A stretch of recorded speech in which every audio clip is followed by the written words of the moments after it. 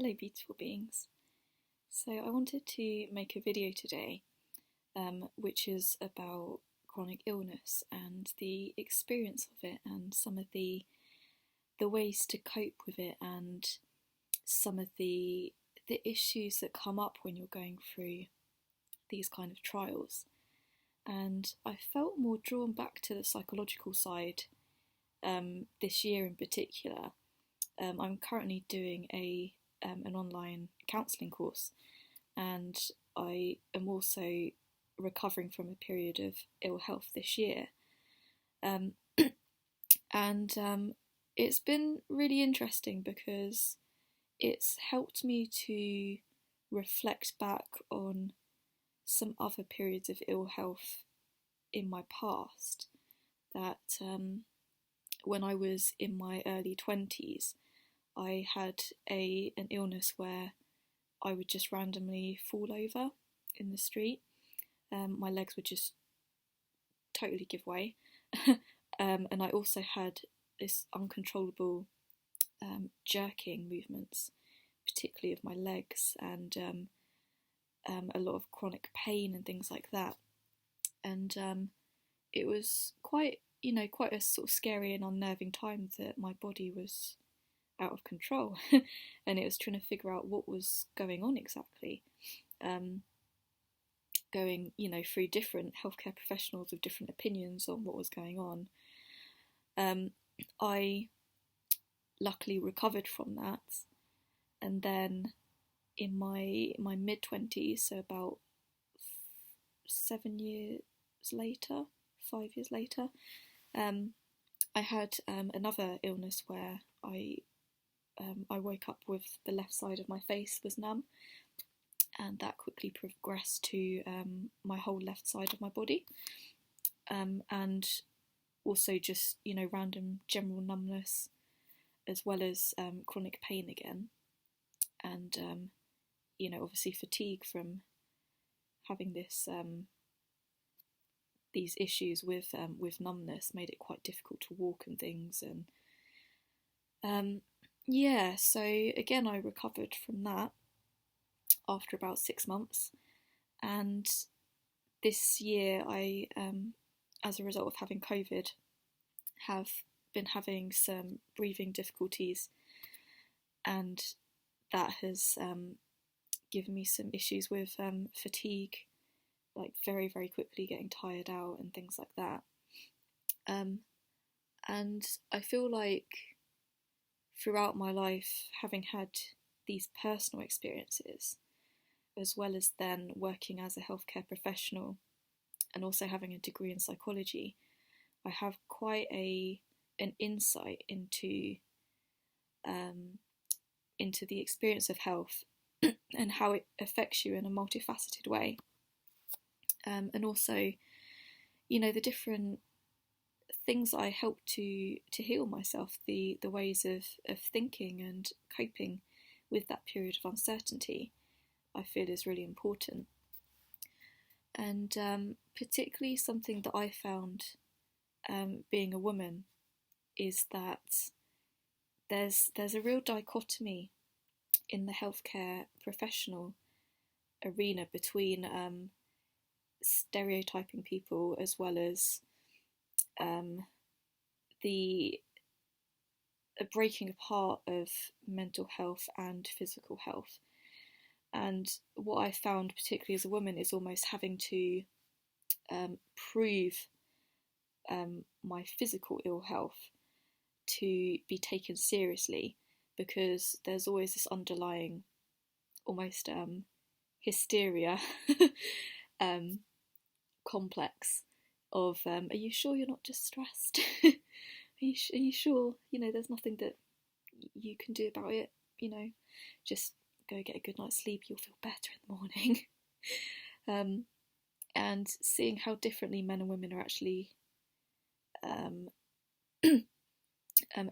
sort of approached, and the different ways that their ill health is looked into. So this has actually been researched psychologically, that they've found that actually there are more misdiagnoses with women with things like cancer and long-term chronic conditions, because quite often it will very quickly go down more of the mental health route, and sometimes actually not doing the relevant procedures and more in-depth investigations.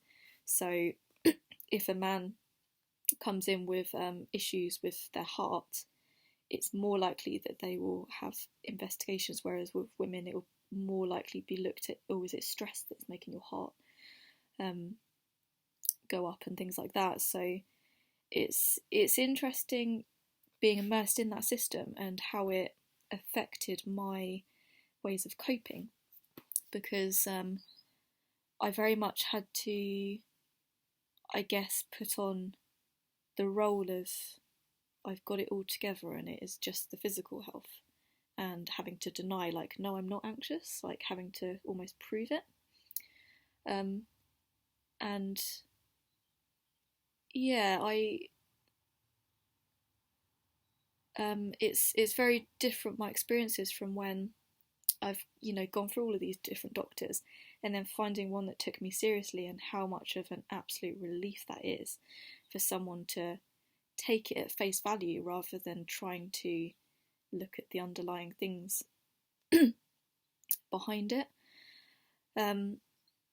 So yeah, I think that finding a healthcare professional that really sees eye to eye with you, that really supports you and is able to be a partner in your diagnosis and able to work with you is so important, and not just getting disheartened if you find that you don't find the right fit with someone, but actually finding someone else. And something else that I found as well is, as I was saying, with like coping mechanisms of how to cope with ill health and how to support yourself, that something that I found is that personal development wise, I found a lot of help at the time when I was going through uncertainty of looking at all sorts of different multifaceted holistic approaches that I felt might help me. So taking vitamins and exercise and being in nature and working with my mind, working with positivity. And they have found that positivity, humour, social support, there's a number of different things that have a really protective effect on health and can help people to recover from illness more quickly. So I very much am an advocate for that. But at the same time, something that I have found in my healthcare practice is, and something that I think is really, really important to bring up, is that particularly in the sort of new age and the personal development community, this view of the law of attraction, and if only you find the emotional root of what has caused your illness, or as long as you think positively enough, then you have the power to heal yourself. That can be really empowering for some people, but for the people that do that and still have ill health, it can do the total opposite, and it can actually be very disempowering and actually make you feel like a failure. And not just that, I've actually witnessed as well people who advocate that way of thinking actually giving their loved ones a hard time, because they're like, if only you find this particular way of thinking, then you have the power to heal yourself. But if you're not making the effort, then you're the one who is causing this. So it's almost like a guilt trip, and I found it really sad actually working with a couple of patients with terminal illnesses who were doing everything that they were told that they should do. They were watching every YouTube video and taking every vitamin under the sun and reading every book that they were recommended and having every holistic healing, and nothing was changing. Their terminal illness was progressing because it was terminal. And I do know some cases of people who have had incredible spontaneous remissions, and I don't in any way think that it's worth not trying. I definitely think it's worth trying all these different things, and even if it doesn't increase the time that someone lives for, or it doesn't make a difference to their chronic illness, if it has a positive effect on your mental state and the quality of your life, then it really is worth doing.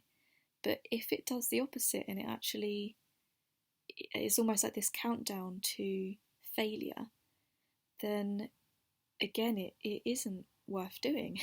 So it very much, you have to be really self-aware of all of these different approaches and this different advice that people are giving you, and really weighing it up and feeling like, what is helping me and what actually is a detriment. And as I said, that's quite a hidden detriment, which I don't hear very much people saying about, because it's like you're on one camp or the other. You're either in this positive thinking will heal you, or you're not advocating that route, but actually seeing that the interconnectedness of that sometimes it does and sometimes it doesn't. And I've said to patients in the past that I've said to them, we don't always know why these things happen to us. Sometimes shit happens. Sometimes we get ill. Sometimes it's genetic. Sometimes it's a twist of fate. Sometimes maybe it's our destiny.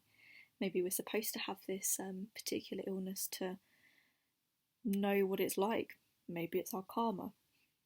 Maybe it's the food we eat. Maybe it's pollution in the air.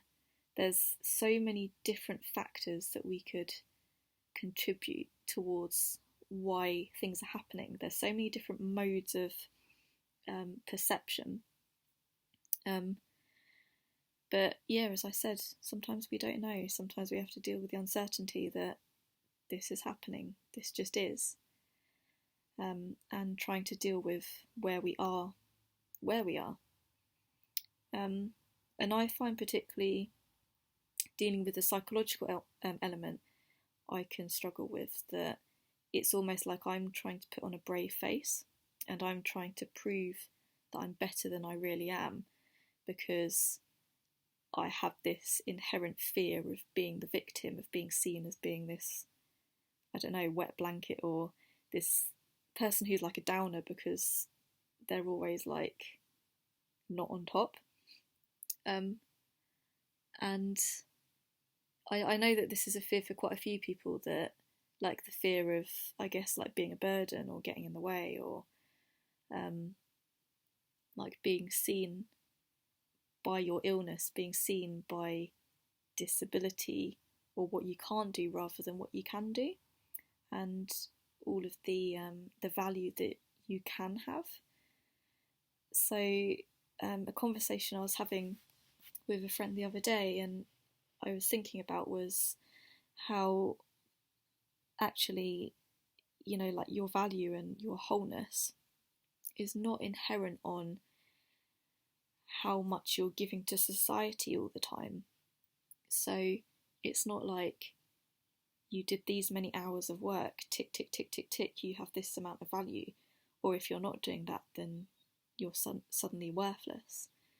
It shouldn't be that way. And particularly, when your value is based on the monetary value of what you bring in, it's a very slippery slope, because it's ephemeral and it's very changeable, and particularly the circumstances at the moment, a lot of people are losing their livelihoods or going through ill health.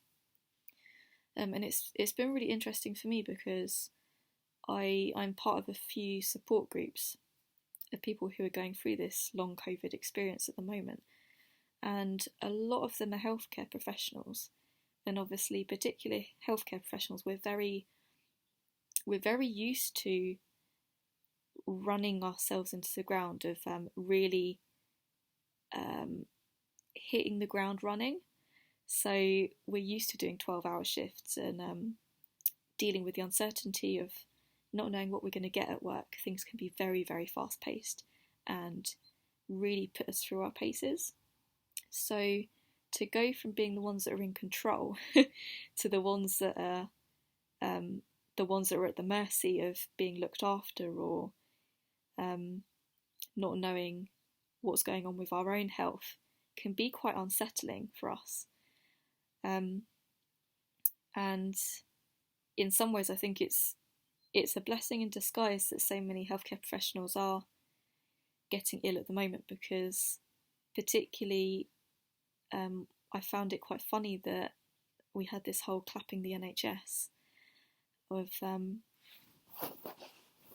like saying how much we appreciated our healthcare professionals and everything that they're doing. And then what I found is that a lot of healthcare professionals who are being ill at the moment are finding that we're almost lost, that we've now been forgotten about, and because we're not part of the numbers, we're not able to be of service, it's almost like, oh, we're now kind of swept under the rug.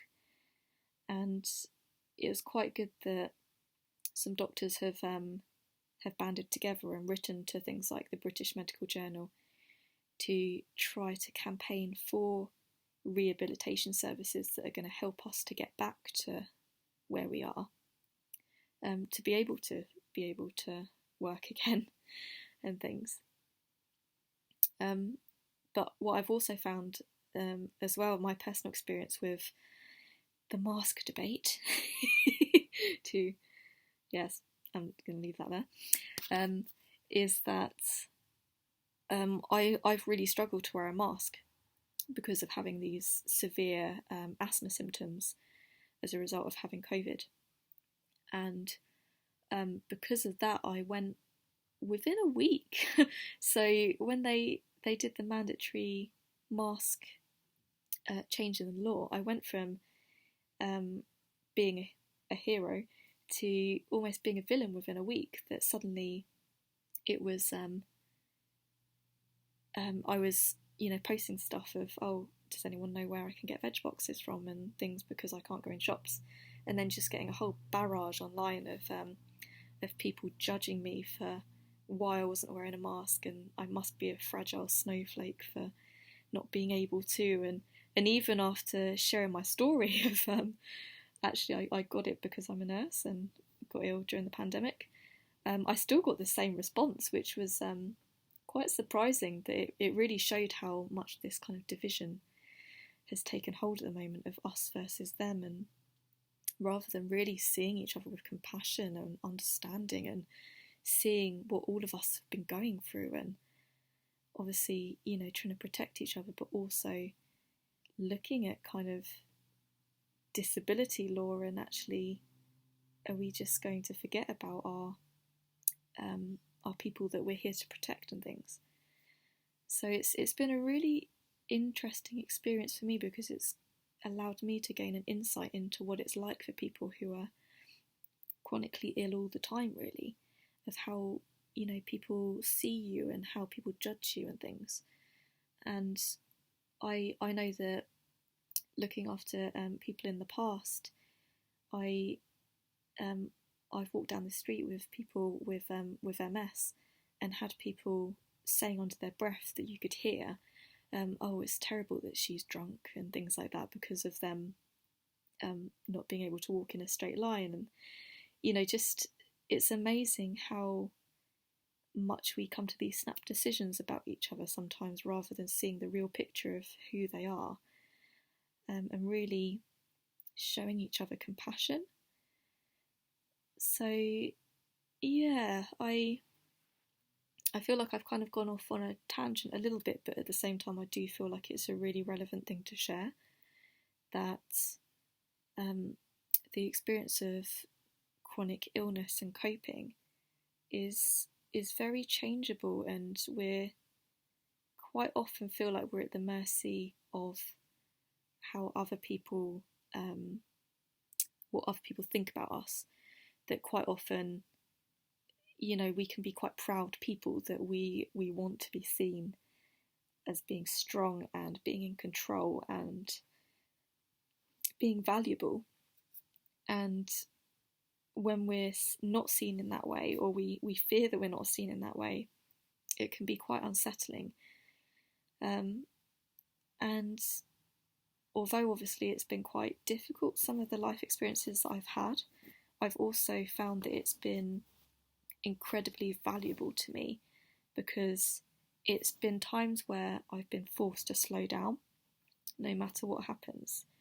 I have to be at the mercy of listening to my body, of listening to myself, and rather than trying to push myself beyond the limits that I reasonably can take, having to actually be really realistic with myself and say, what can I actually do, and what is going to make me a lot more ill if I'm trying to push myself to other people's expectations that I literally just cannot get to without making myself a lot more ill.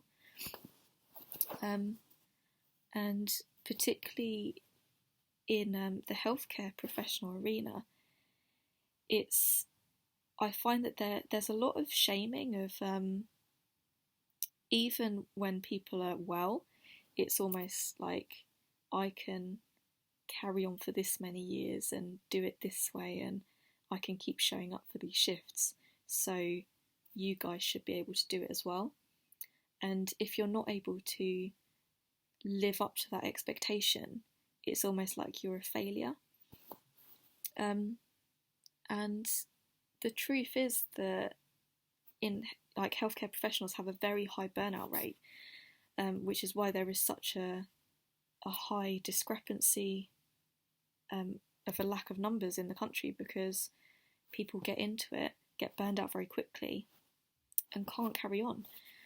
And it's really necessary, I think, for people like me to actually stand up and say, you have to listen to yourself, and you can't try to conform to a pace that is making you physically ill to do it. And I find that when I'm at my best, when I'm at my healthiest, I can just about manage. It's like hitting the ground running, and I can just about manage it, and I enjoy the chaos. But if I'm not well, it's just not a possibility. I can't do it. I can't have other people's lives in my hands, and know that I'm not able to fully be present and fully be able to do what I need to do. So yeah, I think an understanding of our limits and knowing that that's okay, it's okay to have limits, is really powerful, because I find particularly healthcare professionals, it's almost like we're supposed to be a superhero, and I just am amazed at particularly those with families who are also working full-time jobs. I'm like, how do you do it? I honestly do not know. And then if their family members get ill or something like that as well, it's just, how are you even managing? How are you even coping? And there are some incredibly strong people out there, but it doesn't mean that that's what you should be doing. So obviously I'm talking more about my experience of being ill as a healthcare professional, but as well, just being ill in general is, as I said, it's a very multifaceted experience, that you're very up and down, because you're having to cope with the reality of the uncertainty of not quite knowing what's going to happen, of when you're going to get better, of whether you're going to be able to go back to work, what time frame, and just always dealing with this uncertainty. And it's also looking at where your limits are, because I'm finding at the moment that I'm starting to get quite fatigued now, and my brain is I'm struggling to be able to carry on my train of thought and think. But I've done quite well for 24 minutes. So I think I'm going to leave it there for now, but I would like to make some more videos and resources on how to cope with these periods of uncertainty, and to be able to find ways to use it to your benefit. So, as I was saying, it's very up and down and multifaceted, and although, you know, there are hard times and difficulties, there's also a lot of goodness that you can find within it. So what I found with sometimes it's a blessing in disguise that you get to spend more time with your loved ones, and you also get to spend more time slowing down and sometimes doing stuff that you've maybe not been doing, putting off stuff that you want to be doing. So, you know, things like being able to read the books that you've wanted to do for a while, or being able to, you know, to have walks or go out for tea and cake during the day, or, you know, like little trips and things like that. Or being able to also look at your hopes and dreams and think about how can I implement that in the future, and what can I do now that is starting to put those things into practice but not burning yourself out in the process. So it could be very easy, and particularly I found at the start of being ill, that I went off and suddenly it was, okay, I'm going to use this time effectively. I'm going to do this course, and I'm going to do that course, and I'm going to do this writing, and I'm going to write that book and do this and that. And actually, as time's gone on, I've realised actually you need to surrender control and absolutely do those things that you're passionate about, but you don't need to rush it. You can do it slowly and go with how you're feeling each day. So I might say, okay, today I'm going to do this, this, this, and this. But I particularly found just the last 3 days, it's taken me about 4 days just to do an online shop, because I just kept getting so tired that I couldn't even finish thinking about what I wanted to order. And I finally managed to do it after about 4 days yesterday, and then went to collect it today. And I found even just the process of collecting it and putting stuff away was quite achy and painful and tiring for me. So I'm then thinking, okay, how can I slow it down again? Stop trying to do everything at once. Like, this is a big win, this is a tick. So every little thing becomes a big win. That, okay, if you make yourself breakfast today, that is a win. If you had a shower today, good job, gold star. If you managed to do some writing today, amazing, that's fantastic. And, you know, just giving yourself that praise that, okay, I can't work right now, I can't do this, I can't do that, that's not a possibility, but all of these things I am doing are a big tick. I'm not just in bed at the moment. But even if you are, it's also a big tick for letting yourself rest. Sometimes that is the hardest thing to let yourself do, is actually allowing yourself to rest and doing the things that you need to do, rather than, okay, I've got to prove my worth, or that I'm not a vegetable by doing this, this, this, and this.